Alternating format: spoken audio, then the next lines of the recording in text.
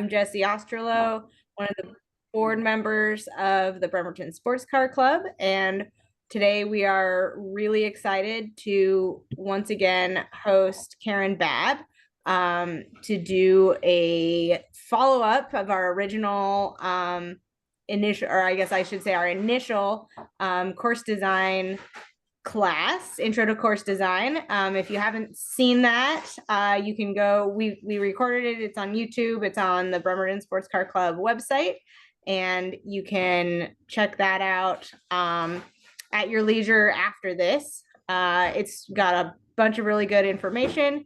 This is a follow-up to that. And so we're really excited about it. We did a preview or a little dry run a couple of days ago with Karen, and this is going to have a lot of all the information that everybody is dying to know about how to successfully design an autocross course. Really excited to see so many people having joined already. It looks like we've got 82 people already, so that's pretty fantastic. I'm going to make one request, and that is, as you all have questions throughout this, please put them in the chat. And me and Christina will be monitoring that chat and compiling those questions, and then we will moderate the questions and comments at the end during the Q&A period. So go ahead and put those questions into the chat as they come up. And you can put them in throughout the presentation, and we'll get to them. We'll kind of compile similar questions and do our best to get through those at the end. So thank you, everybody who's here already. And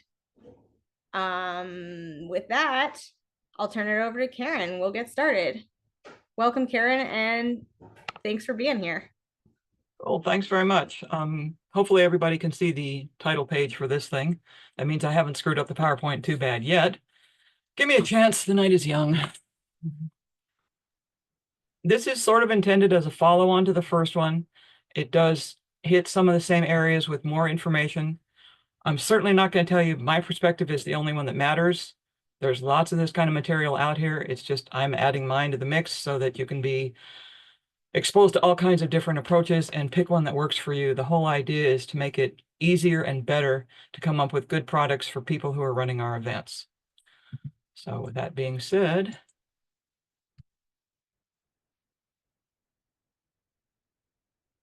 I couldn't think of a cool catchphrase for this thing, so this is the best I could do. 100 feet is a lot, except when it's not. That is generally true, and you'll probably see that theme pop up from time to time in here. It's way too much for slalom spacing. It's pretty good for intra-course section distance. It's pretty good for stage line to timing start. It's not a lot for finish run out or for safety margins. So it's a lot except when it's not. What I'm doing with this thing is trying to address topics that were requested by a variety of people. Most of them came from people who were at the first one and wanted more coverage in certain areas. Some of them came from the organizers who have a particular set of things they want covered. I've tried to put in examples where possible, but this could go on all night, so I also tried to keep it reasonably brief, so we're not here for 3 hours. The thing that came up most in the questions was how to deal with or detect or anticipate or try to make sure you provide flow, how that relates to dimensions and positioning. We'll get to that.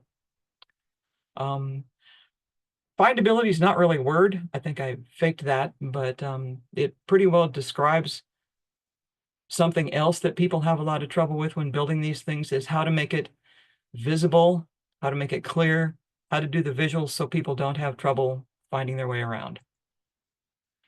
Adjustability is kind of my pet topic. It's sort of like anticipating problems and being ready for them before you get out there with cones in your hand going, oh no.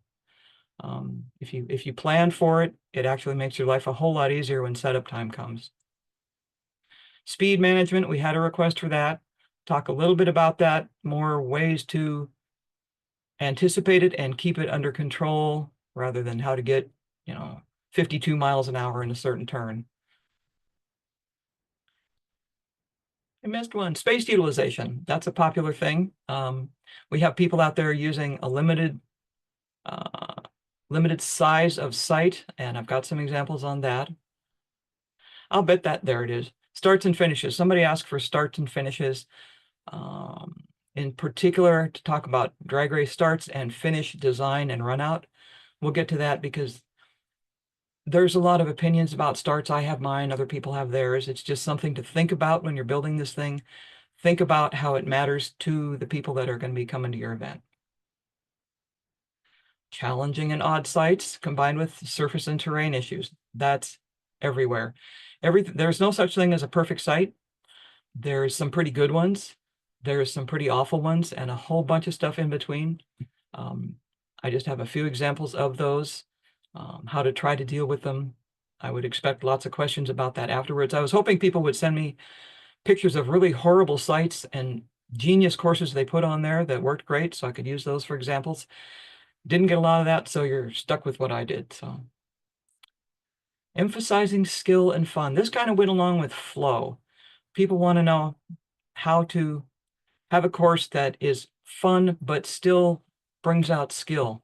We'd all love to be able to do that. We'd like to have the genius drivers, the Mark Daddios of the world, winning, and the rest of us kind of mid-pack or below if you're me, like you would expect to be on a good course. We'll talk about that one. And collaboration opportunities. This is one of my other pet things. Too many people treat this like it's a black art or like it's a glorious expression of your personal integrity or something. We should be talking about this stuff. We should be working together. We should be doing what we can to make each other better at it. And we'll talk a little bit about that. So if you have questions, ask them here in the Zoom chat or email them to me later. That email is the one I use for most of this stuff, and I check it reasonably well. So communicate however you think is best. Okay, flow. Why didn't my course flow? Why did that course suck? Well, there's a number of things that can happen. First and foremost, too many things and not enough space. If you're dealing with a limited size site, that is like not Lincoln or whatever, you're trying to get 60 seconds of content into a site that's 400 by 500, and it's probably not going to work out. You just can't do that unless you have multiple laps or double backs or content that's just too dense, too many turns over too little distance. Number one cause of flow issues. For example, if it's 100 feet from the exit of one element, whether it's gates, slaloms, sweepers, whatever, to the next element entry, that's probably more than okay. There's the 100 feet of thing again. Most people can set up coming out of element 1, getting ready for element 2 so they don't feel like they're getting in there awkwardly. 40 feet, probably not. If you've got 40 feet from the exit of a lane change and people are trying to get into a slalom that's going in a different direction, cars are what, 14, 15 feet long? 40 feet's not a whole lot to move that car around and get it ready for the next thing. Another issue, abrupt changes in turn diameters over short distance, particularly off camber, decreasing radius rights, just generally not a good idea. But anytime you have a abrupt change in diameter, you're asking people to suddenly crank the wheel harder than they were or crank it hard in the other direction, it's going to feel awkward. You need to give them a chance to be smooth. Choice of line or not. Courses that don't flow frequently have narrow gates or narrow lines or constraining cones that don't let you pick a good line. Everybody pretty much has to drive the same one. There's some simple things you can do to try to avoid that. Narrow gauge lanes, limiting positioning, yeah, fine. Constrained entry or exit for key turns, that's, I have examples for that. That can be a real pain. If you come out of one thing and you just got no room to do anything to make the next one work, sucks. The other nice thing about providing some choice of line is it leaves better drivers opportunities to be better. If everybody has to drive the same little point and squirt line because the whole course and everything is narrow, nobody has a chance to show their skill. So this is a variation on an example some of you may have seen before. This is bad. This is a constrained, everything about this is terrible. The constrained 90, you have no way to set up. The slalom is too close. It's in the awkward direction. There's nothing you can do to make that enjoyable. One of the ways to fix it, really easy, pull the apex back 10, 15 feet, pull the slalom back 20, 30 feet. You've still got room to that next gate. No big deal, no harm, no foul. Much more pleasant thing to drive. Another way to fix it, take away the first cone in the left side wall down here. Reverse the slalom so that it's a nice gentle arc into here. Then you had to move 3 cones for that one, 4 cones. That one wasn't too bad. And my favorite, just get rid of that 90. Just make it a wall to keep people from overshooting. Let them pick whatever line they want to get into this thing and go on their merry way.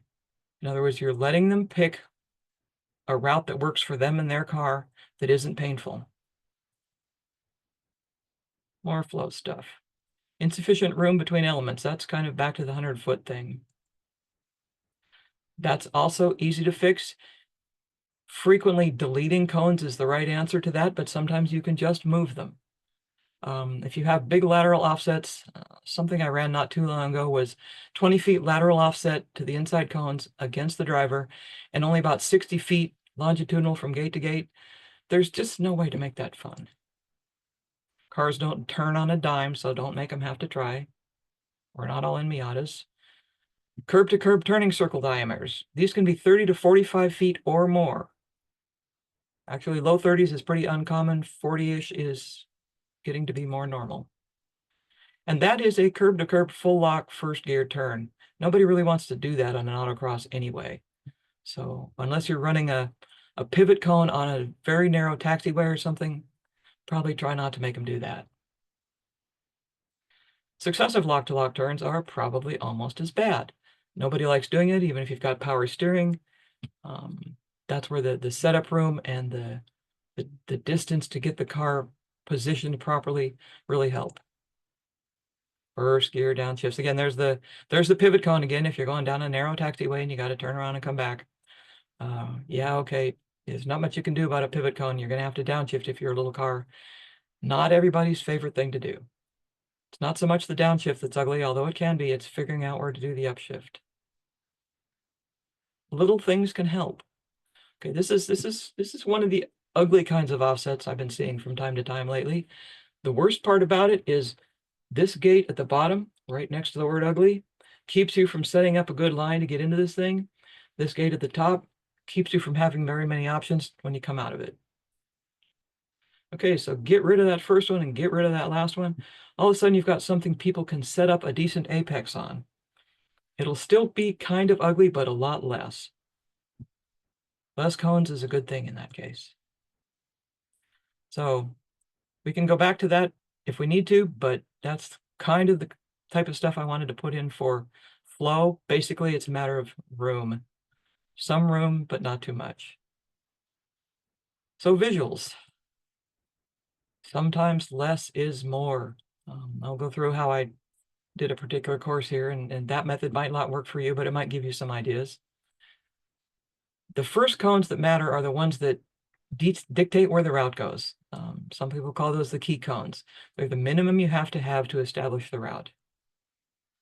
After that, how much else does this thing really need? Does it have curbs, planters, light poles? Does it have spaces where it's behind itself and you need to direct their vision so they're not getting lost? Do you need walls for that? Do you need pointers so that the insides of turns are well marked and people can focus their attention on those? Do you need gates if something seems ambiguous, or to keep people off of holes? That's a perfectly good reason to add a cone. Do you need something to distinguish one element from the next? Not everybody does this. I like to because, well, short-term memory issues. I can't remember where 150 cones are when I'm walking the course, but I can remember 6 or 7 sections. I can remember the first slalom, the second sweeper, the third 90, the fourth offset, whatever.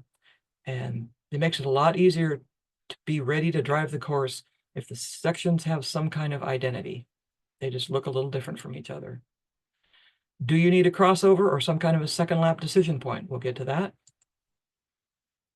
Symbolic distinctions, I just yacked about that. And I just blurbed about that. Okay, here we go. This is a reasonably acceptable place down here called Joker Marchant Stadium in Lakeland, Florida.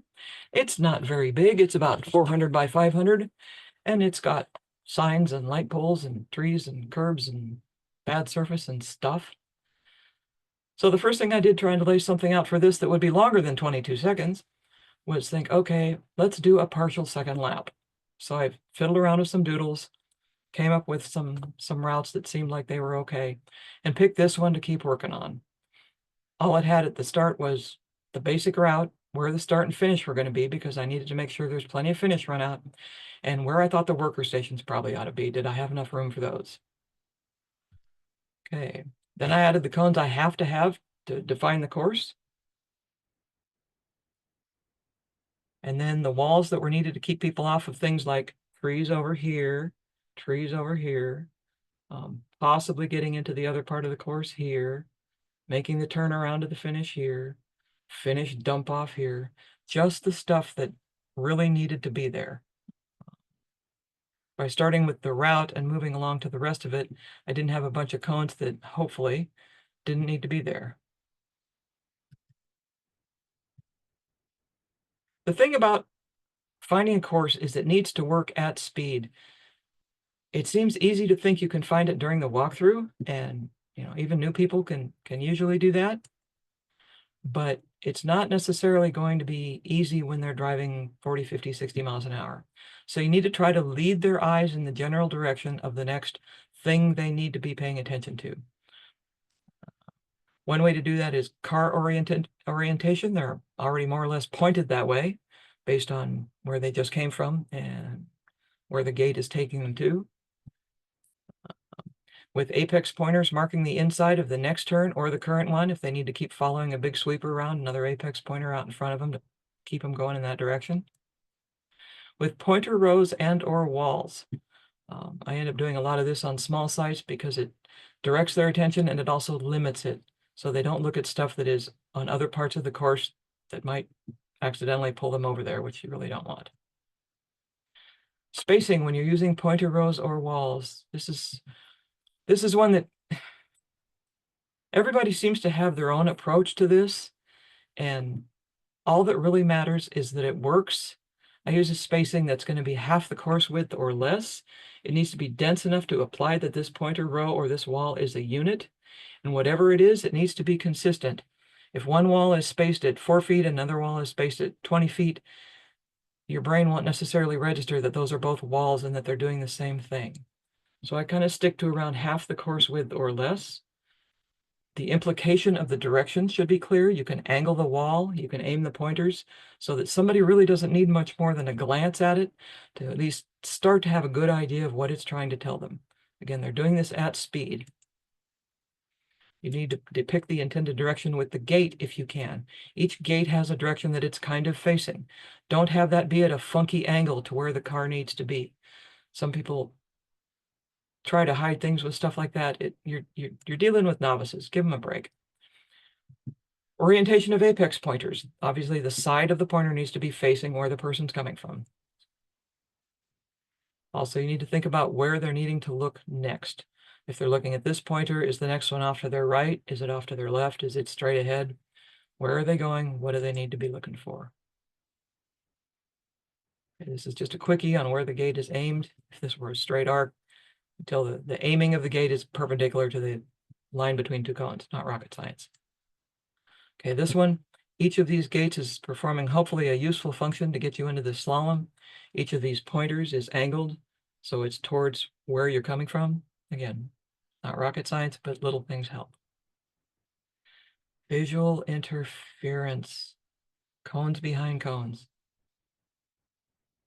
Again, you're new folks, and down here we get a lot of them, 20, 30, 40 an event. It's a lot. They don't know what to look for. It's a visual language that they haven't learned yet. They may barely understand what a pointer's for, but when they're coming at it at 40, 50 miles an hour, they might not remember.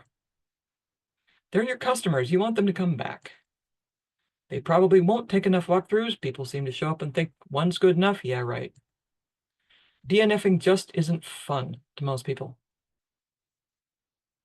Even at 100 feet of separation between sections, visual interference can be a problem. If you can see that thing in the background and it keeps you from focusing on what's in front of you or where you're trying to look ahead next, it's a problem. Rows of pointers, cone walls can direct that or block it off so that you only focus on what you need to. Again, they won't work too well if they're sparse. They won't work if they look like everything behind them. We've got an example coming up. It is a visual barrier. Make it definitive and distinct.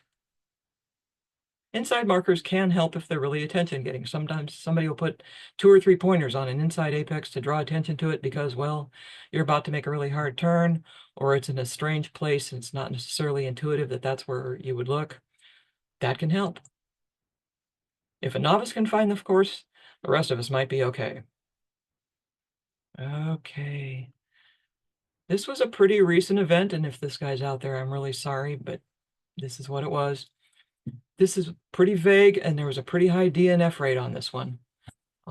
These cones in the background by where the people are walking back there are supposed to be a wall. They're 2 stalls apart, which was about the width of the course. These pointers here are supposed to be a pointer row directing you to that apex. Again, they're way too sparse. You can see right through them to what's behind, and you can see right through that. And if there was a car there, you might get pretty darn confused. This is not helping. It needed to be more dense in every way, both the pointer rows and the walls. You're trying to focus their attention and reduce distractions from stuff behind what your pointer row or your wall is blocking off. Then there's the other side of it. Sea of cones. Whenever I see something like this, I think, let's play Night Driver, really, really old video game. They might work for the cones that are really close to you, but when you start trying to look ahead and find an apex up in the distance, it all kind of disappears. Not to mention this one is going to be a mess if it rains because those white lines are going away. This one, I'm not sure where I found this picture, but oh Lord, if I was in that car, I'm thinking, where am I supposed to be? Where's the apex? You know, you can sort of see there's I think this is timing equipment down here. So it's either start or finish here. But why? Why are these all here? Ah.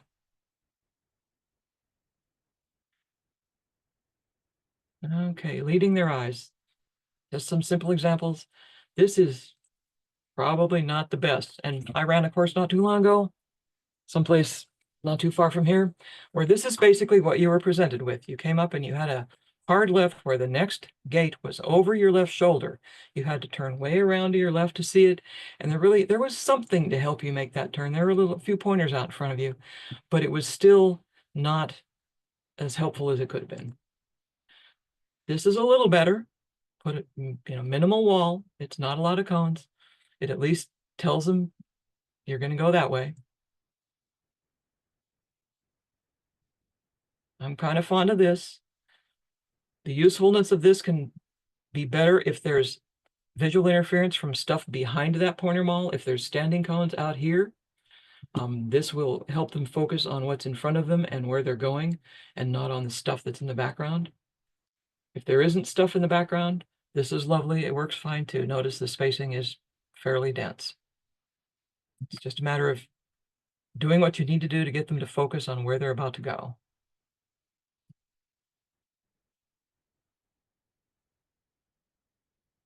Oddly enough, this was on the same course as the two sparse pointer walls and 2 sparse divider wall. This was fine. This is great. This is a 90-degree right. I know where I'm going. I know where I'm not supposed to go. Not a problem. Good example. Okay, next topic, adjustability. If I didn't do this, I'd be insane most times when I go out to set something up. So I'm calling this dress your map for success. Put stuff in it that allows you to deal with the realities you're going to have. Your site is probably not perfect.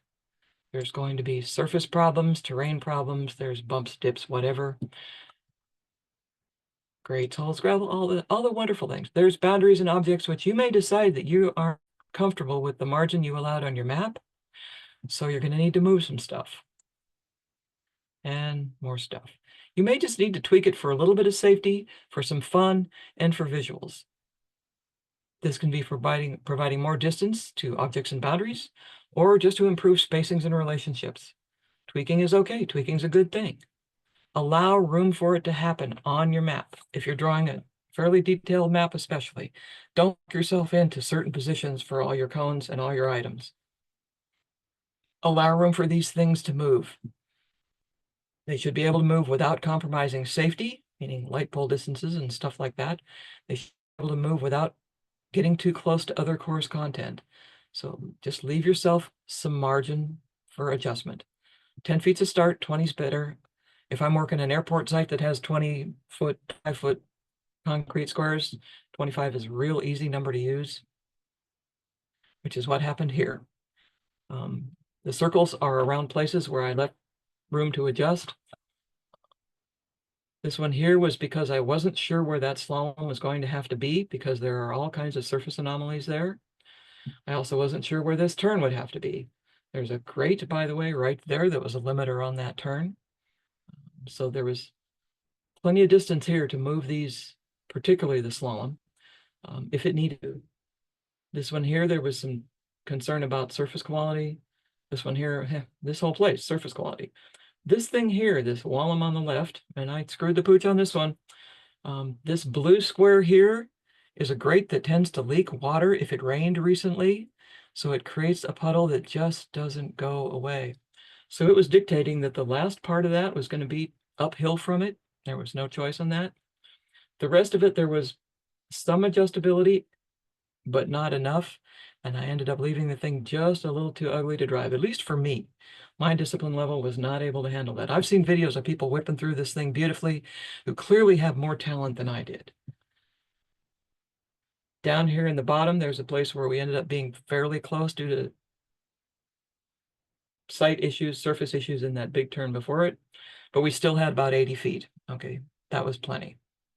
But by making sure the original route had room for things to move, none of this went totally out the window when the time came to try to set it up.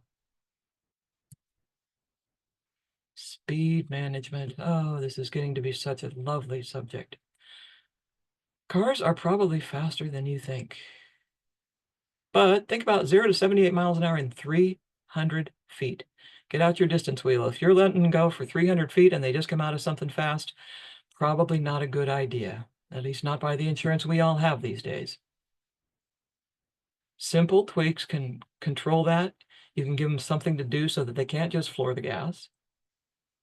Throttle modulation, tap and go. Single pointer can get it done. Lane change can get it done. Simple 3-cone slalom. It takes at least 3. 2 won't do it because they'll just get a good line on it and blast on through. Put a bend in something that's open. Big turns are fun, really. Use sweepers and medium offsets instead of pure straights. This is something that can be difficult on a runway site because, well, they're kind of narrow and kind of long. But you can do a few things and just make them lift or make them tap. It is better to constrain the speed from the beginning than to try to bring it down after it's gotten too high. That's just the way it is. It's hard to do a safe, big time slowdown move after they've gotten up into the too fast department for speed. It's not impossible. It's just you have to be careful and you have to pay attention to where you put it. Don't do this with a decreasing slalom. Don't do this with a decreasing lane change. Straight line breakpoints are your friend. By the way, little bit of physics left over from the last one. 1/2 mv squared, 70 miles an hour is about twice as risky as 50. And you need to remember that the rules like minimum gate width and minimum slalom spacing are usually not mandatory if you're doing SCCA. They're not. But the safety margins and the speed rules are, even if you're not doing SCCA. I've seen the K&K Insurance minimum autocross insurance event qualifications or whatever the sheet is. Same thing. They care. Keep that in mind. If something bad happens, you have to be playing by their rules. Big stuff is fun. This is a 50 by 50 lane change with 75-foot entry distance and 75-foot exit distance. Fun, fun. This is a big sweeper. Notice it's a little wider in the middle so the big guys can slide the tail and not hit stuff. Your workers appreciate that. And the proverbial 3-cone tap and go slalom. You just need to bring in speeds. That'll help. Starts and finishes. This was a requested topic by somebody who doesn't like drag race starts. And I don't either. They're not particularly user-friendly in a number of ways. They can be fun. They have their place. Pro Solo is great for that. But they're hard on cars. They're hard on tires. They provide a big advantage for all-wheel drive and for good EVs. And if you're not one of those and you're in a class with one and there's a serious drag race start, darn. People know that they're going to be there at Pro Solo, and that's the way it is. And the classing for Pro Solo keeps that kind of stuff in mind. You can fix them by putting a turn or wiggle after the timing lights, putting more distance from stage line to timing lights. That's my favorite because then the weenie cars like me can get into second gear. Possibly a turn or wiggle before the timing lights, depending on how far away they are. So that's something you might be faced with, something I've probably seen not too long ago. You put the wiggle in, just make them lift. You can move the lights out. This is the most user-friendly thing to do. People will still gun it off the line because, well, they think they have to, but it doesn't really get them much. Or there's the turn before the lights. That definitely keeps them from getting anything out of it, gunning it off the line.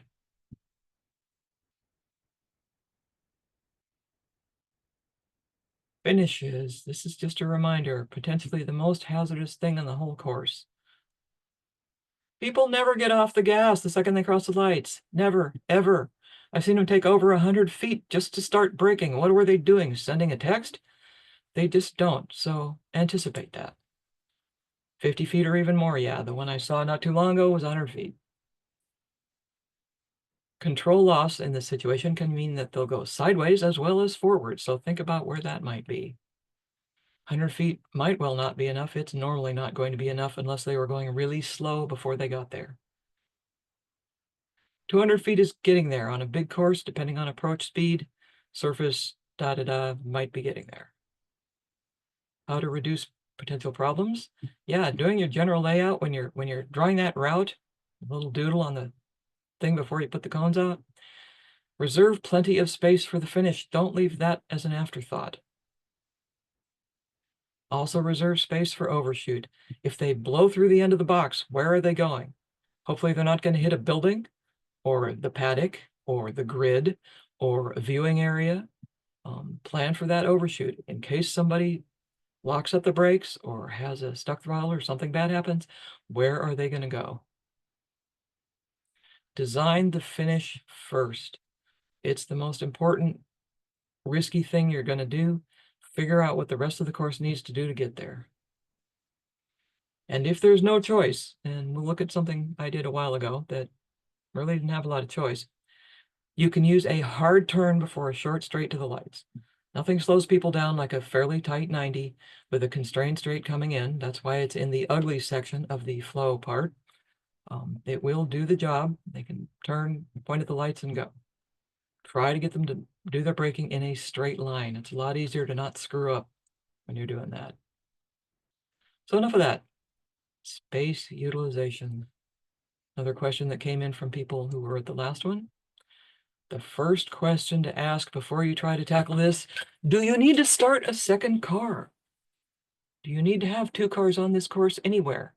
Which, of course, comes from how many people you're going to see, how many runs your event chair wants you to have. And is that going to be 5 at 25? This was the choice at Lakeland. 3 at 40. If a second car start is needed, what is the target interval? 20 to 25 seconds? Is 30 good enough? Are you crazy and you're going to try for 15? Think about that when you're doing your space utilization planning. Where do the start and finish and grid have to be? Are they going to be in the same place they've always been? Are you doing something new and different? You might be able to relocate something like the grid or the start to use the space better. Think outside the box as long as it's not an insane concept. Again, be sure to reserve enough runout room for that finish. What are the boundaries like and what will be there? Runoff is a whole lot different if you're at an airport and it just ends, the pavement ends and all that's there is dirt. than if you're in a parking lot and there's a curb or a fence or a wall or whatever.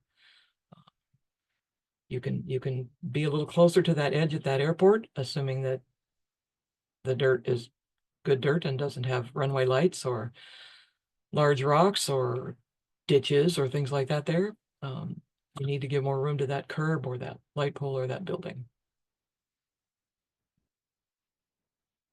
Yeah, paddock. Hopefully you're not even dimly close to paddock, but you never know. Parked cars, trees, ditches, they need more space than someplace with benign runoff. Duh, common sense, right? Possible approaches. Okay, if you're trying to make more out of less, multiple laps or multiple partial laps, we saw that with the Lakeland thing. That can work well. You can do a repeat of the whole thing if you don't need a second car on. You never really know if the person's going to stop after they've had that second lap. So you have to be able to see that when you're starting the next car. The Lakeland example, you could see the junction point and you could tell when they turned right, they were doing the right thing. If they kept going left, not so much. So if you're going to have decision points and junctions to let you do multiple laps or partial laps, hopefully only 1 or 2 per course. Beyond that, and you have to start memorizing these things too. Back in the dark ages, we ran some events in Canada where they would have 3 or 4 of these things based on a small site and a figure-8 shaped course that had double loops of one part and single loops of another part, and it was just crazy. You were talking to yourself the whole way, trying to make sure you remembered what to do where. Your decision points and junctions need to be visually unique, and the options, meaning do I go left, do I go right, have to be unambiguous. What do you do after that? Is it super close to the junction, or is it far enough away that you can look ahead and spot it while you're getting set up for the junction? Are those things distinctive and easy to see? Is what's in front of you when you went left different from what's in front of you when you went right? Helps you remember what to do. You can also do loops and crossovers, and somebody actually sent a really good example of that, so we'll be looking at it. You can use more of the site and have a longer runtime with these things, but if you have a crossover, you have to get that right. If you're going to do a loop with a crossover, it's probably a good idea, if you need a second car on, to have it in the first half of the course, because, well, then you can start the second car as soon as the first guy clears that crossover for the second time. Again, once you know they've done the right thing, you can send the next car. Shared walls, this is something that works for allowing you to do a little more stuff in a little less space. It does have limitations with regard to second car stuff, but you can kind of figure that out as you're setting it up. It can give you larger turns and a longer course path. So junctions, and nothing else on the course looks like your junction. Minimal issues with visual interference in front or behind. This is important. Your junction, this thing here, doesn't want to be immediately close to a bunch of other gates or cones that make it hard to see. Minimal issues with visual interference. There's lots of ways to do a junction where you go left one time, right the next time, or vice versa. Because we didn't have any big cones at this event, I went for 2 pointers and a single and 2 pointers and a single. You could do 3 cones. You could do, if you have big cones, I like 30-inch cones. They're very visually attention-getting. You can do a lot of things with just one of those that you need a bunch of little cones for. You can do this and you could put a V out here. We used to do a thing called enduro, where you didn't just do 2 laps, you did 3 or 4. And at the end of your last lap, you had to turn off and go to the exit. And so you had to remember how many times you'd gone past the V or the junction point. That was exciting. But a lot of times a V like this really smacked people in the face and got their attention, made them think. So loops and crossovers. Yay, somebody sent this. Packwood. This is a nice job doing a loop to get you into the upper section of the course area. There's a killer bump right through here someplace. So he's using this to be able to go across that at a shallow angle. We'll talk about that. And it's pretty much in the first half of the course. So when this guy comes around here, starter can say, okay, he's done, and send the second car. Really efficient, really nice. And here's what they used for the crossover format. That's one of many, many, many. One thing that helps with crossovers in particular is if it's a little wider than the typical course width, it's both less likely to be hit, which you'd rather not do because, well, if they hit it on the first time through, either you can't set it back up or you really have to rush to get it done. It's also visually easier to see and pick out from the rest of stuff if it's a little wider than your typical gate. Crossover styles, there's so many. These are just some of the ones I've seen over the years. Some of them are worse than others. More cones doesn't necessarily make it better. If you have the big cones, I've been lazy sometimes and just use two at about a 35, 40-foot distance. That way they can go through it in both directions. The big cones were the only ones on the entire course, so pretty easy to identify. But all these will probably work. The most important thing is it's easy to see, it's unique, nothing else looks like that, and it's obvious to understand. Okay, I go through here, then I come back and I go through there. So the shared walls thing. This would be one of many conventional ways to deal with the Lakeland site, up and back, up and back. There's no big turns on here. It's a fairly short route. This would have been the 25-second option. This would be a 30 or so second option. It gets to have bigger turns. It gets to use more of the space, gets to have a little more variety in content.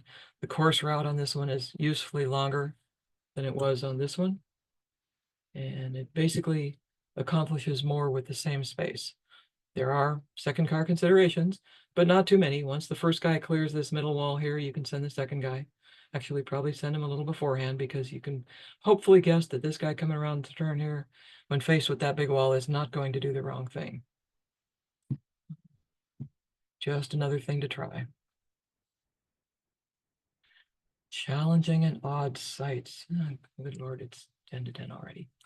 Okay, runway examples. Somebody asked for runway examples. Nobody sent me any, so you're stuck with one of mine. I wanted to do something that would have something besides the down and back slalom thing that usually predominates a runway course. So I had to go down and back through the same stuff. That actually worked okay because the gates were pretty wide. They were reasonably spaced. They were pretty easy to see. This loop here was particularly evil, but it wasn't as bad as it could have been. But it was a different way to use half the runway than just having transients. This is the Shelton site, by the way. The start is in the middle. You could kind of do the same sort of thing if your start and finish were at the end. It's just one thought. This was something else we did at Shelton. We did this for a test and tune. Again, trying to do something that's just not a slalom. It involves two crossovers, so two pairs of big cones.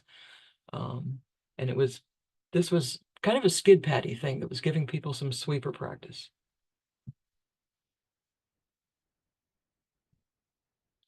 Okay, surface issues and terrain. This is another request from the organizers. So here we have lovely Packwood again. It's such a good example for so many bad things. When you look at Packwood, you see that it has this charming grain. It has lots of drainage ditches, as it were, to it, but it has this pavement grain in the blacktop. A lot of blacktop sites have that.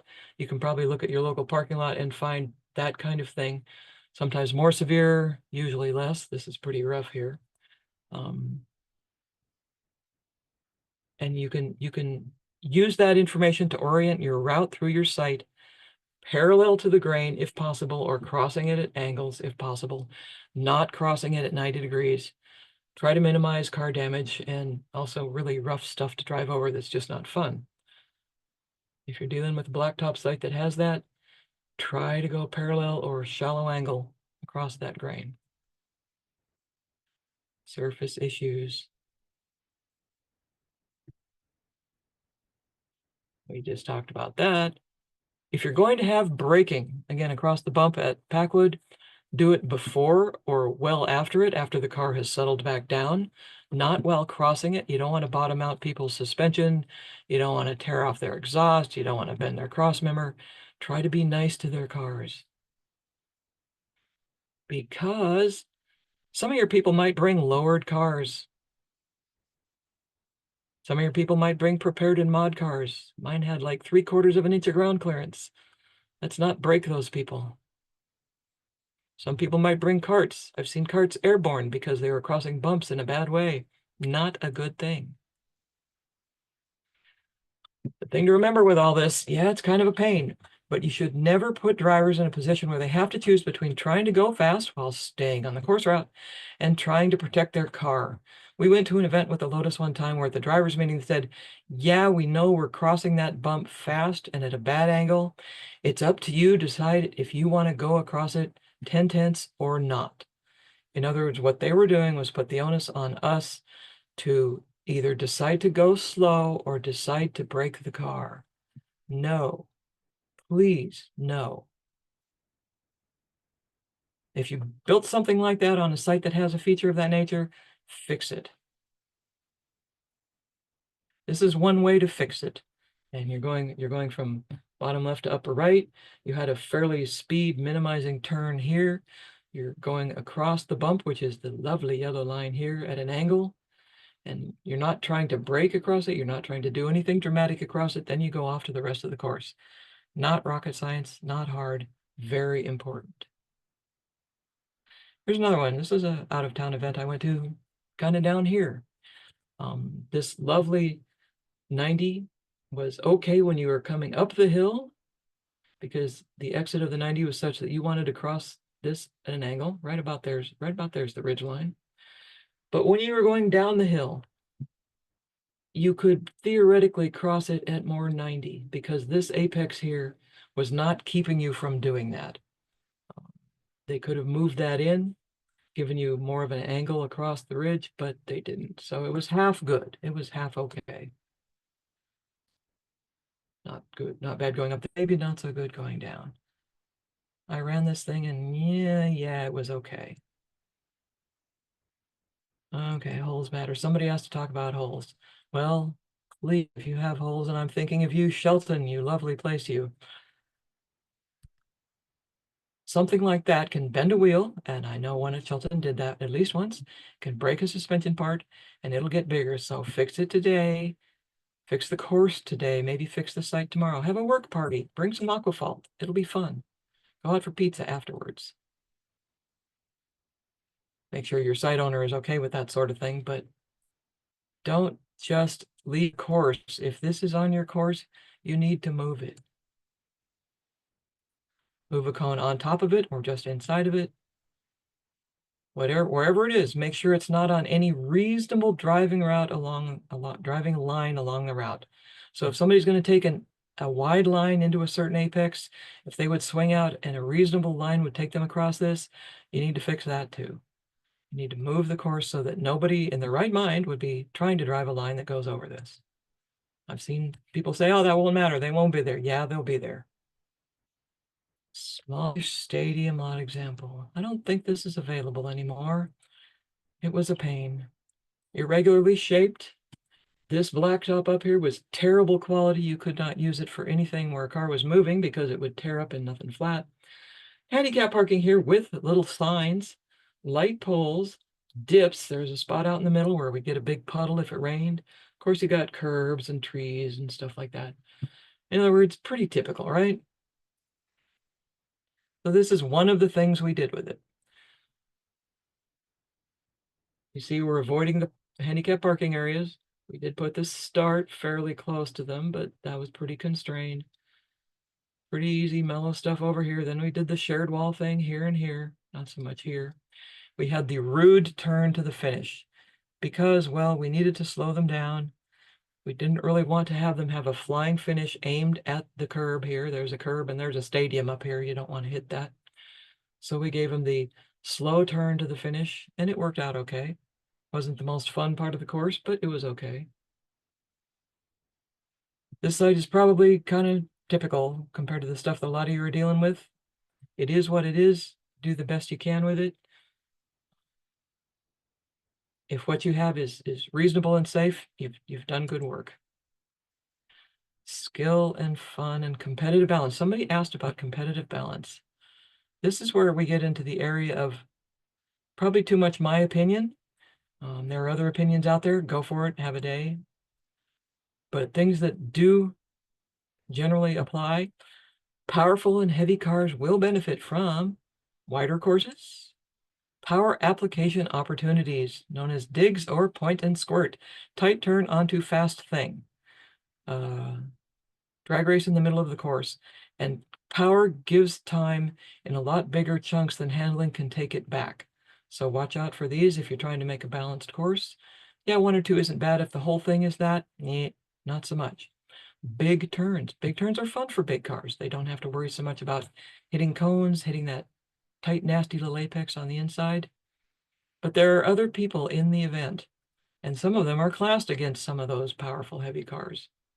They are going to benefit from, yes, transients, medium-sized transients. Big ones don't do any good at the speeds we're supposed to go. I'm looking at you, 90 plus feet of slalom spacing. Why bother? Critical positioning emphasis, and I've got an example for this, where size can matter. If you have some things where you really have to put the car in the right spot, plus or minus a few inches, that's going to help your handling cars and your really good drivers. Speed maintenance opportunities, connected turns where you don't have a hard break point, where the handling cars can maybe carry a little bit more speed through than the heavier cars, they'll make it up somewhere else. That power application opportunity, probably give it back to them. Many of our classes have mixes of cars like this. There are up to 60% variations of pounds per horsepower ratios in some of our classes. One that comes to mind real quickly is D Street. There are others. So you can't just do one thing. You need to do some of lots of things. A quality course from a competitive standpoint should have a mix. Turns in both directions as site layout permits. Sometimes you just have to have more rights than lefts or vice versa, based on start and finish dictating whether the course goes generally clockwise or generally counterclockwise, but do your best to try to have some turns in both directions. Big turns and small turns, same caveat. We talked about small turns onto acceleration. Big turns are fun, and they don't have to be 300 feet in diameter. Anything bigger than about 150 feet is fun, at least from my perspective. Remember that sweepers are largely about pulling Gs, and that's not necessarily a little car thing. Your GT3 can do 1.2. These are from someplace I found that had a lot of road test information on it. Your C8 Vet, at least 1.16. I saw another number of that car for 1.2. ND Miata, not so much, teeny tires, mushy suspension. Sweepers are not going to give a lot of time to the handling car. Big transient elements with reason and smaller ones. And if you're going to do these things and think that they do something for the handling cars, they need to have at least 4 real direction changes, or it's not getting very much done. That can come from the gate before it, the gate after it, the cones in it, whatever. If it's 3 turns, it's like lift, lift, floor, lift, lift, floor. It doesn't do much for competition integrity. Meaningful spacings. Yeah, these are not necessarily definitive, but they're based on experience. Oops, let me go back. Back. Things that I've experienced in the past. A big linear slalom that is still within our speeds that we're supposed to be doing, 75 to 85 feet. If you're doing 100 feet, you've got some of us in 3rd gear, and a lot of us are going too fast. A big lane change, going to be 60 by 50 or on that order. That means a 60-foot gap and a 50-foot wall or lane. That's a big one, assuming these things are linear. Medium linear slalom, sweet spot, 60 to 75 feet. And you can, as we talked about last time, you can turn a 50-footer into something that plays like a 70-footer just by offsetting those cones in someone's favor. So 60 to 75 feet is a medium slalom. Medium lane change, 50 by 40, 50-foot gap, 40 wall. Small linear slalom, less than 60. Nobody likes 45-foot slaloms anymore. Some people really don't like less than 60. Yeah, okay, depends on your site, depends on what you're trying to do. If you have small transients, be sure you've got some stuff for the big boys too. Doesn't have to be crazy fast, just has to be useful for them. Emphasizing skill, meeting various needs. Okay, what do your novices need? They need to not get lost. They need to not get scared. They need to not go so fast they think they're going to break their car. They need to be reasonably cone free. So if your novices are coming back with 6 or 7 cones on their runs, maybe the thing is a little too busy. Maybe there's too much stuff out there that is catching them by surprise. Not super tight. They want to have a good time. You want them to come back. Reasonable elements. Your national level people, or people who would like to be national level, they need stuff that is challenging to drive right, which means tough to optimize. And it's setting this kind of thing. People tell me I set traps. I don't think about setting traps. I just put stuff out that looks like it's going to make people think about where they are and where they're going. And sometimes it's a little nastier than others, but I don't set traps. I don't deliberately do that. I do try to emphasize turn setup and car positioning because, well, that's part of the definition of the sport. I do try to provide payoffs for skill and execution. If you do something right upstream, the thing downstream is either easier, faster, or both. I call it reason to set up and room to do it. Payoffs for skill and execution. If they position the car correctly, they can carry more speed, throttle earlier, set up better for the next element. This is fairly recent, and it's a pretty simplistic example, but it sort of works. 3 apexes that are going to be critical. This one here, there's room to set up on the chute coming in so that you can late apex. I hate it when I do that. Late apex this guy coming out. This one here, if you get this one right, it in turn sets you up for this one. So you can late apex this guy coming out. If you get that right, this just about disappears. This one here is the last turn to the finish. You want to get on it as soon as possible because the finish is 150, 175 feet away. That's a useful straightaway lane. So you go in wide here. You set yourself up so that you can power early coming around this thing. That makes this double pointer thing here basically not a problem for you.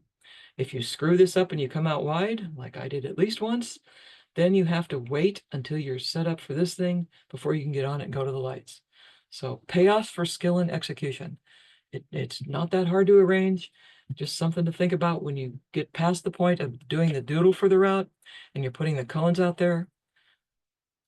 What are you giving people who do it well? Oh, we're almost done with this thing. Yay. So I call this one Karen shoots herself in the foot because I did this wrong 3 times. I had 3 shots. I knew it was coming. I built it. You look at this thing and the first thing you see is this nasty notch in the green circle. That one's pretty easy to set up. If you're by this cone in yellow here, you screwed it up, but you had all this room back here to set up, get yourself into the right so that this really wasn't all that hard and so that you didn't hit this cone in yellow. That part I could do.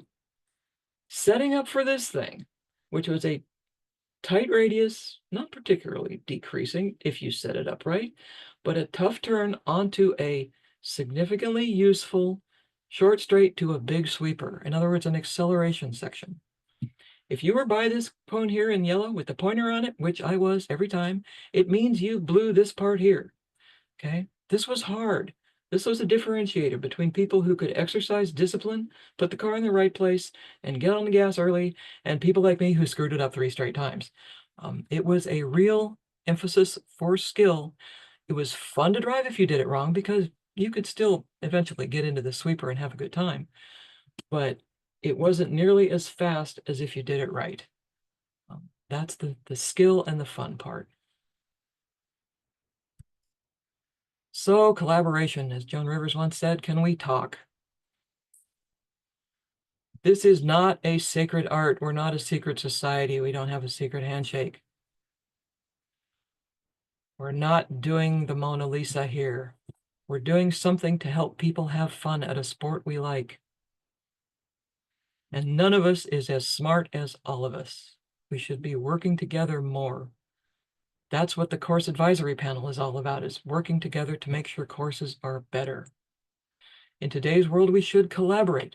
But from what I can tell, there's no Facebook group, no forum, no online community by which we can do that for this, by which we can say, hey, I need some help with this site. I've got this course here. How can I make it better?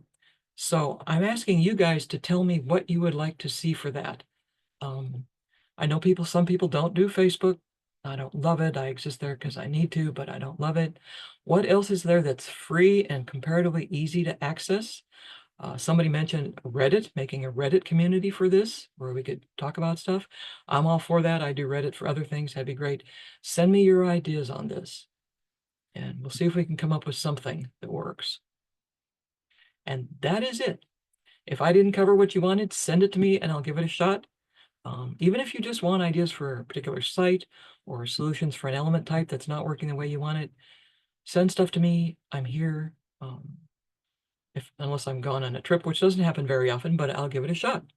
So with that, we're kind of done, and I guess we can go to questions.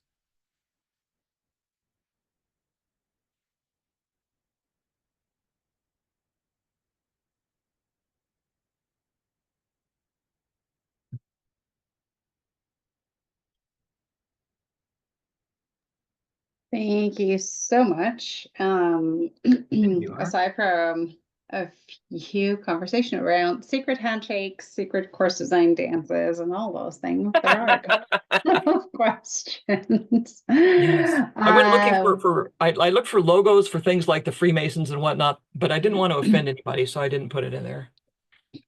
and one quick question came from Amelia to type out the email in the chat itself, which I think is just Babb@yahoo.com.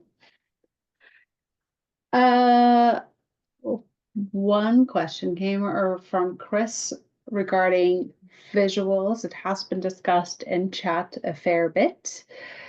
Has any group had success or failure with using different color cones for gates, apex, or pointer cones? For example, most cones are orange, but apex and pointers are neon or safety green. Somebody, if you go back to my slide that had, I won't bother to make people wait while I figure out how to do that. But the sea of cones examples, the first one that looked like Night Driver, that's exactly what they were doing. They had cones lining the course. They used to call this a miniature road course format, and they were using little cones to line the course, the little 12-inch guys, and they had the taller 18-inch green ones to mark what they thought were the apexes. The problem is that they didn't do it consistently. There were some turns that didn't have them at all. So if you're going to do something like that, just be sure you do it consistent. That I can't see that it's a problem unless there's a lot of people out there that are colorblind and can't tell green from orange. The size differentiation in that particular course was probably a helpful thing. Yeah, I can't see why it wouldn't work other than colorblind people. No, and someone is sharing a CompuServe email.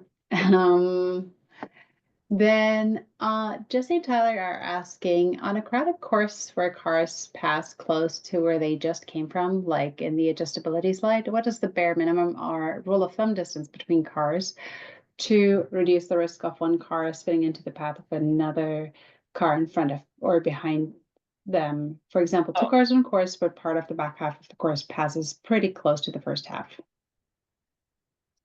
Well, the first part of that is how much control do you have over the second car? Is there any likelihood that you're going to have them co-located at the close proximity sections? And are they aimed at each other? If they're aimed at each other, the need for distance goes up by a lot. If I have two sections passing more or less parallel to each other, or maybe one is on the outside, is behind the outside of a turn for the other one, I will settle for 75 to 80 feet between them. I always shoot for 100 as a minimum between sections, even if they're parallel to each other, because that does allow some distance if somebody spins, gets sideways, whatever, at just the wrong moment. There's at least some margin there where they can gather it back up and get back where they're supposed to be and not be into that other part of the course where there might be another car. I've seen people use a lot less than that, and it makes me nervous, put it that way.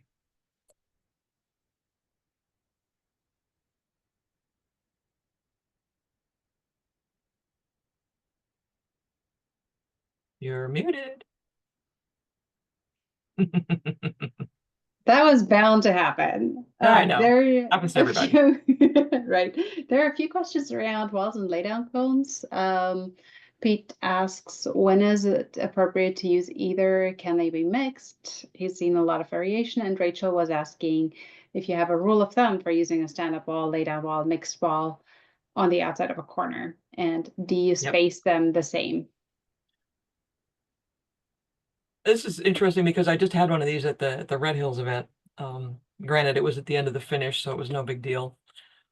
If you have adjacent sections, both of which are using walls as boundaries for the turns, I ran into this at Lincoln one time. You've got an outer wall for a sweeper, and then say 100 feet away, you've got another outer wall for a different sweeper. Even if you space them nicely, like 10 feet apart for a 25-foot course width, you can still have visual interference at speed. And of course, in this particular situation, we had Howard to drive the thing at speed and say, yeah, that's not helping. And so that's when I start mixing. I will put a lay down cone in between, alternate lay down, standing, lay down, standing, lay down, standing. So I have a wall with a directional character to it. Some people say, no, you can't do that. It's wrong. We just don't do that. And I've had people tell me they didn't like it, and that's fine. When I've used it, it's worked fine. It's a unique thing that catches people's eye. It implies a direction, and as long as the thing behind it isn't exactly the same, it does provide an extra measure of clarification. In general, I like pure pointer walls because they don't have to be numbered and because they don't count as penalty cones. But if that visual barrier is there for safety reasons, or because it would just be really disruptive to the event if somebody drove off in that direction, then I will probably get serious about it, either with a lot of basic just pointers or a densely spaced wall. But yes, you can mix them. Some people might tell you you can't, but you can. Just be careful with it because it says a lot more than just a straight up barrier. Thank you. And it looks like Aaron really appreciated what you did on the East Course 2023 turnaround that you showed on the screen, where you had uprights where they needed to be, but laydowns in a space where they didn't interfere with visually picking up on the inside cones on approach. So, oh, was that the big left in the middle? I'll let Alex speak to that. Okay. As There was a big left. There was a right-left combo in the middle, whereas you came around the right and you were looking up to try to find the first part of the apex for the left. When we were setting it up, it was okay. So you're talking about the icky little turn. Okay. Yeah, there were pointers used to emphasize where people should be looking and where they should be thinking about going. At that particular event, I've always tried to avoid any shred of ambiguity. If you're talking about the pointers in the gap as you entered that nasty turnaround that I screwed up every time, yes, that was there to help people be sure they knew that that's where they were going next. Because without that, the gap was wide open. Yeah, they didn't get in your way, but if you were about to make a mistake, they told you don't go here. Right. Nick was asking what car you run. I am one of the Miata horde now, although if you look at my little picture here on the list of people in this thing, you see my former car, that was the D-Mod Lotus. Now I'm a E Street Miata. All right. Then there were a couple of folks talking about what people use for doodling designs, a few recommendations in the chat already. Do you have a favorite tool? Well, I use what I know, which is, it used to be cheap when I first bought it. I think it was 19 bucks. It's called TurboCAD. It's not 19 bucks anymore. I buy the 3 or 4, I think I have TurboCAD 20. Yes, I have TurboCAD 2020 right now. So it's a little long in the tooth, but it didn't cost me stupid amounts of money. And I like it because of a few particular features that it helps me figure out dimensions and stuff like that. Some of the curves, some of the arcs that it has are really easy to use. Somebody else uses TurboCAD? Oh, Lord. I thought I was the only one. I've also tried LibreCAD. It's not bad. It doesn't have a lot of the advanced features, but it's not bad. It's free. Let's see what else. A lot of people have posted good stuff in the chat. Something like SketchUp seems to be popular. I have seen people do this with just about anything. I've seen people draw pictures of courses in Excel, and I don't know how they did that. I've seen them use PowerPoint. PowerPoint's not bad. Paint isn't bad if you, I guess it's not bad. But to me, the features of a CAD program are really useful. And so that's why I go there, and because it used to be cheap.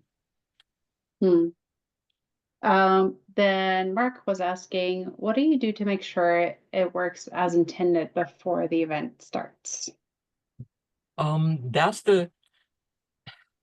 This isn't what everybody does, but it's what works for me. When we set the thing up, we throw it on the ground the way it is in the map, warts and all, including, considerations that were there for adjustment and all that.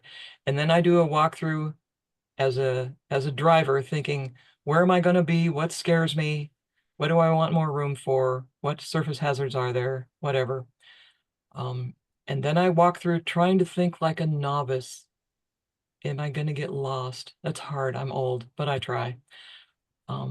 It's not so much about making sure it's what you drew.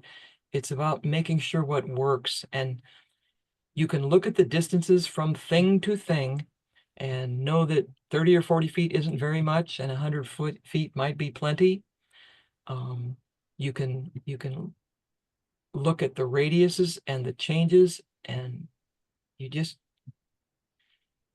fix things that need fixing. Sometimes you have to fix them in a way that makes it match the map. Packwood, you have to submit national tour maps in advance. So Packwood, you draw the map, you send it in, it gets critiqued, and you fix it according to what they said. And then you go out there to set it up, and you realize, yeah, the reality of Packwood is that things will have to move because there are bad surface areas there. But you can still make it look like the map. If a certain sweeper is defined by 4 gates, you use 4 gates, even if you move the thing.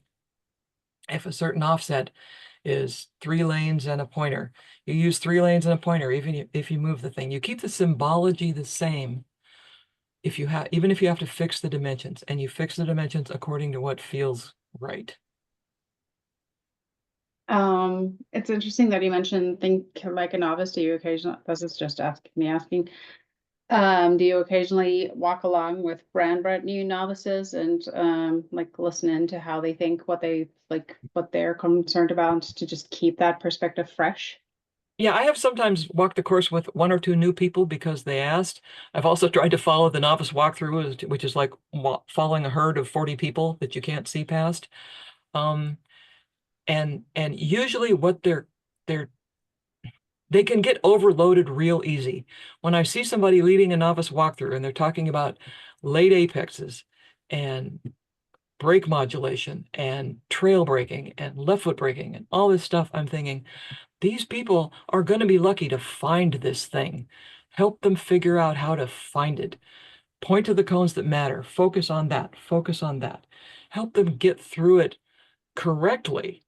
And when I'm with a new person, I ask them, okay, when you're here, do you see where you're supposed to go? What can we talk about that would help you do that? Finding the course is job 1 for a brand new person. After that, you can worry about things like late apexes. Thanks. Then I have a question from Bill with a follow-up question from Alex. Bill's question is, I like the reuse of a lane, going to a circle, etc., then travel back the same route. Have you found problems with novices understanding the concept, or veterans for that matter? And Alex follows up with, are there any good way to visually signal which way the driver should go on entry and exit? Well, in that particular one, there was a giant wall separating where the start came from and where the course wanted you to go when you came back, and the wall was angled, so it was directing both of those routes where they needed to be. You could also do that with a pointer row. You could do that with anything that's brutally conspicuous. If they only have to remember one thing, when I see that blob of stuff, go right. You know, they can do that. As far as the down and back thing, because the apexes were slightly different going and coming, I pointered both of them anytime there were two gates defining a turn, because, you know, you might late apex it going down, but that particular cone's not going to be your apex coming back. So the one before it, I pointed also as if it was a lane change. Just make sure the pointers worked in both directions and made it wide. It was probably, what was it? Most of my gates out there were 20 feet wide. I think that was 27, 28 feet wide. Trying to minimize cones getting hit going down. And you make it clear at the driver's meeting, if you hit a cone going down, don't stop for it coming back, because it's your cone and you don't get a rerun. Regional, wonderful. Then Joey's asking, what are a few of the most common errors you see course designers make? Oh, I wish I had a map of my first one, Valley Office Park. Oh, Lord. Too much stuff and not enough space. No question. Yeah, I'm going to have 30 turns in this course, even though it's only 40 seconds long. It's awful. Too much stuff and not enough space. Not enough finish distance, not enough finish run out. Not enough distance between elements where setup is needed. It's back to the flow thing. Nothing can set up very well in 30 or 40 feet. You know, if you double that, you're kind of getting there, depending on how far offline the thing you're going to is and how much you need to set up that next apex. Too much stuff and not enough spaces is the easy mistake to make when you're new. Thank you. Here's one for fun. Eric was suggesting about cloning you and sending one of you to each region. If you do a clone, I want new knees. I want new knees on the clone. Don't take these knees. They're not good. John Russell is asking if there are any specific concerns designing with many heavy and powerful EV cars to consider. Yes and no. The thing about EVs is that they accelerate really, really well. I love working a start when somebody's running a really good Tesla. Man, that's like watching the Millennium Falcon go into hyperspace or something. It's crazy. They are heavy, but their weight is low. And there are other cars out there that are also heavy. I mean, we're not going to have, hopefully, Cybertrucks out here, but there are other cars out there that are getting close to 2 tons anyway. So big cars are big cars, and if there's room for them, there's room for them. Speaking of just going back real quick to the common mistakes, Rachel chimed in and chat saying that another common mistake is dictating the line, even if that line flows, and not allowing for line choice. Yep. Yeah, let's use 10-foot gates everywhere so nobody can go in wide and set up. Yeah. No. Eddie was asking, what is an ideal runtime and amount of laps per person for the day? That's an adventure question. It's not your fault. That really is an opinion thing. I tried to do a 50-second course here on a site that required a second partial lap to get to that. And it was going to reduce the number of runs at the event to 3 or 4. The event chair didn't like that. So I took out the second partial lap thing and we had 5 runs at 30 some odd seconds and it was fine. It is very subjective. I like longer runs. I like getting out of the car feeling like I worked hard, you know, for 45, 50, 60 seconds. I'm not really into 80 or 90, but the closer to a minute I get, the happier I am. I understand that a small site, sometimes you're just going to have to suck it up and have 25 seconds. But how many runs and how long they're supposed to be, that's something you should talk to your event chair about and come to an agreement, because, you know, it's about them too. There was a question from Gary and Jackie Reuter about what the minimum radius you use. Like they really try to keep a minimum of 50-foot radius to keep cars comfortably in second gear, but asking what other people are doing. Actually, that's a good question. My familiarity with little cars in second gear is limited to RX-7s and Miatas and things like that.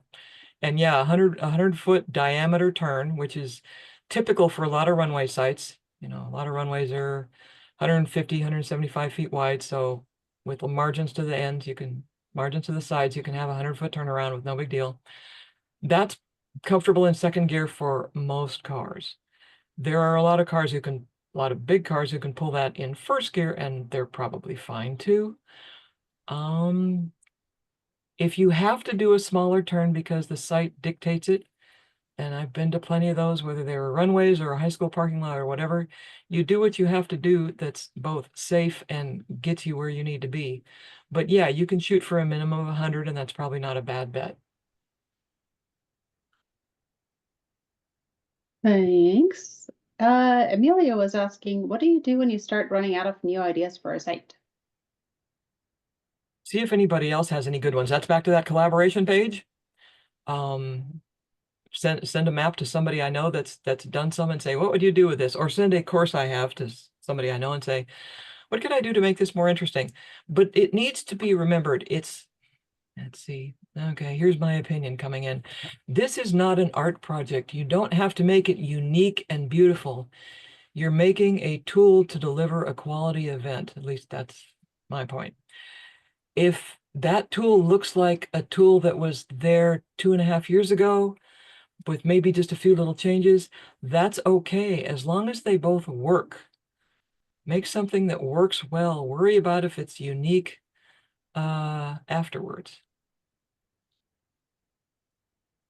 And Jesse suggested to trade courses. You design for us, we'll design for you, which goes Ooh. back to collaborating. Yep, exactly, exactly. Or take the first half. I did this at where was that? Tri-Cities one time. Take the first half of one course, like on a runway, we start in the middle, so we go to the right. Take the first half of one and the second half of another one, and see if you can connect the two reasonably at some joining area in the middle and create a new monster. Jeff is mentioning, we talk about element to element transitions and exiting correctly to enter correctly. Isn't the whole course technically one big element? I suppose you could look at it that way. Each individual thing you're asking people to do. Once upon a time, there was a term called input density, which was basically about how many turns, lifts, brakes, or throttles you made over the course of driving the course. And people broke it down into that level of detail. I tend to stick with turns or sequences of turns that connect to each other as what I call an element. For example, a slalom is an element because it's a sequence of things that connects to each other. A sweeper is an element. An S would be an element. It's a sequence of things that connect, just because that's what I'm thinking about when I'm trying to create something that people can see easily and remember. Yeah, every gate could be an element. Every cone could be an element, or the whole thing could be an element. But hopefully there's more stuff to do that provides variety, so people can think of them as individual parts. Indeed. Marco is asking, am I the only one that builds courses without a pre-drawn map? I've always built off the map that exists in my head. And speaking from personal experience, I have seen that done once or twice at different clubs as well. I used to do that at the Kent lot because I'd been there so often, it was just annoying. If you're comfortable with that and your results are good and you're not required to provide a drawn map for things like handing out to competitors, or using in a school or getting an approval from, of course, advisory panel, whatever. If you're not required to make a drawn map, the thing I like about the map is it lets me look at the whole big picture, which I might not see if I didn't have it. Now, if somebody can do that in their head without a map, more power to them. Just make sure you're ready for whatever you find when you get out there. Mark is asking, what do you feel is the most common type element that leads to the tank slapper save, leading to an on-course incident? I would say the decreasing longitudinal spacing transient. Decreasing spacing slalom, particularly if it has a really fast entry and it starts at like 80 and then goes to 70 and then 60 and worse than that. Any transient element with a super fast entry, they might be smart enough to brake for that first thing as they pass it. They might not. They might try to be a hero and make the second one. But by the time they get to the third one, they can be in trouble. But we're talking pretty high speeds here. We're not talking 40 or 50. We're talking bigger than that.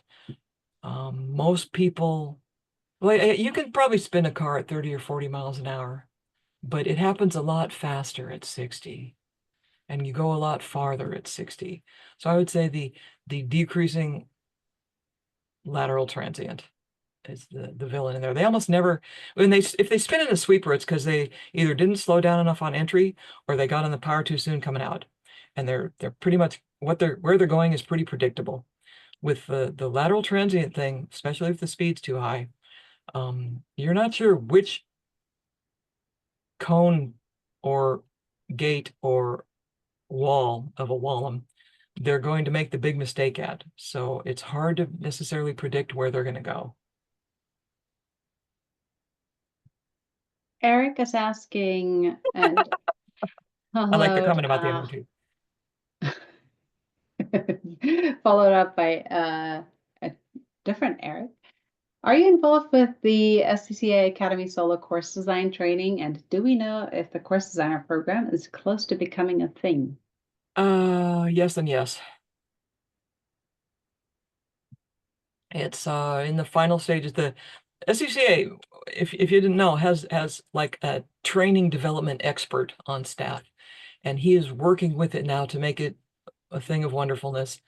So I would say, I don't know, it might be ready within the month, I would hope. I think he has all the stuff he needs. He's working on it. That's cool. That's exciting. Robin is asking, what have you learned from incidents on course you designed, car to car or car to hard object? Oh, that's fun. Yes. I've learned to be suspicious of ice mode in some cars, I'll tell you that.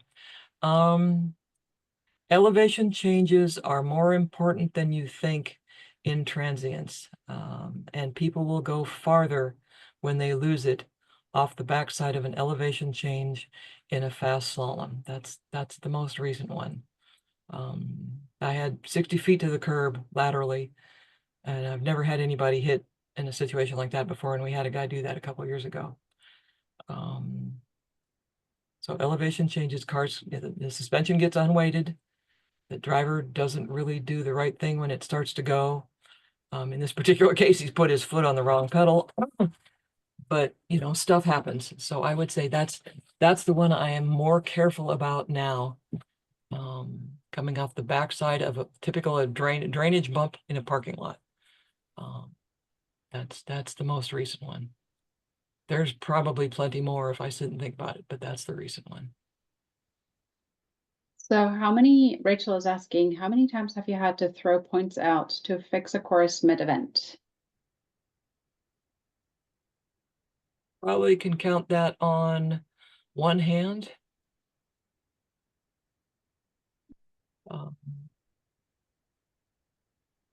There was one at Everett. Oh, what a mess.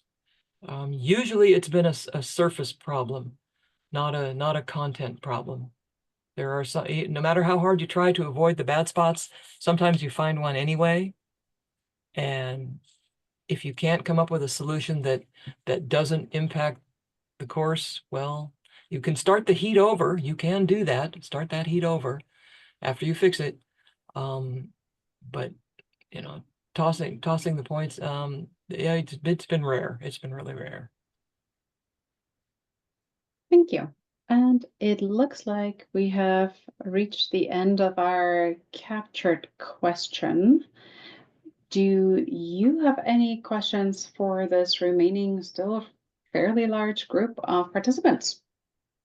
I wasn't kidding about the collaboration thing. If I don't hear anything from anybody, I'll probably make a Reddit community. I went looking and there isn't one for this. There are autocross related ones, but not that. Did somebody just ask about rain? Yes. Salina asked, what are good elements to change when the forecast becomes rainy? Mostly pulling your margins from things that can hurt cars and people. You can still do transients in the rain, because if you think about it, people can pull less G, so they're not going to get there with as much speed. But if they lose it, they're probably going to slide farther. So you need to think more about margins. If your speeds were already super high, if you're in the more than 75-foot slalom department or the 200 feet of acceleration department, bring them down. And you can bring them down by not letting them jump on the gas as soon as they otherwise would going into the fast stuff. But mostly it's about margins. Margins between the course and itself. Visuals get to be an interesting complication in the rain, because the surface can get reflective depending on what you're on. Some blacktop practically looks like a lake, even if it's just got a thin layer of water on it. Take a look at your visuals and make sure that they're going to hold up if it gets rainy. Yeah, PNW sunny, yeah.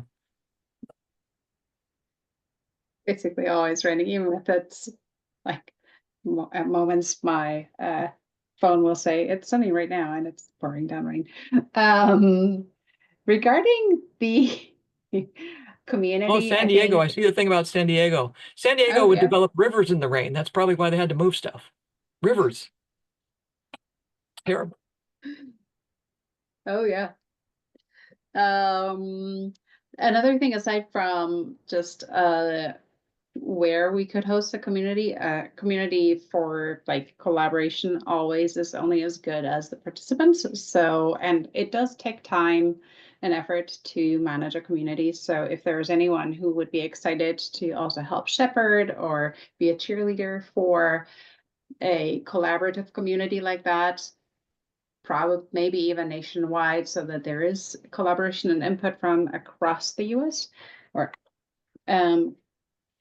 that would be awesome if you wanted to reach out and help out with that as well. The more the merrier, and sometimes leading by example and just like spearheading those conversations is a good starting point and motivator for others to participate. So well, I think the operative thing here is free and easy. Should be free, it should be easy. Yes, exactly. All right, well, it is getting pretty late for you. I think we all really, really, really appreciate all the time and effort that you have put into helping us with the intro course last year, as well as the follow-up this year. And it has been an absolute pleasure for us as well working with you on this. Brock just chimed in about Facebook group. We did talk about Facebook. The one challenge is that a lot of people that are very involved in autocross or are like very involved in the community are not using Facebook. So we were specifically looking for something that is not Facebook. So yeah, thank you everybody who joined us. Thank you, Karen, for doing this for us. We really appreciate you all. And with that, have a lovely. Feel good. Thank you, Karen. Thank you, Bremerton. Have a lovely Thursday evening. Bye. Yeah, have a good time. Thanks, Karen. Good night. Thank you. Thanks, everybody. Mahalo, Karen. Bye-bye.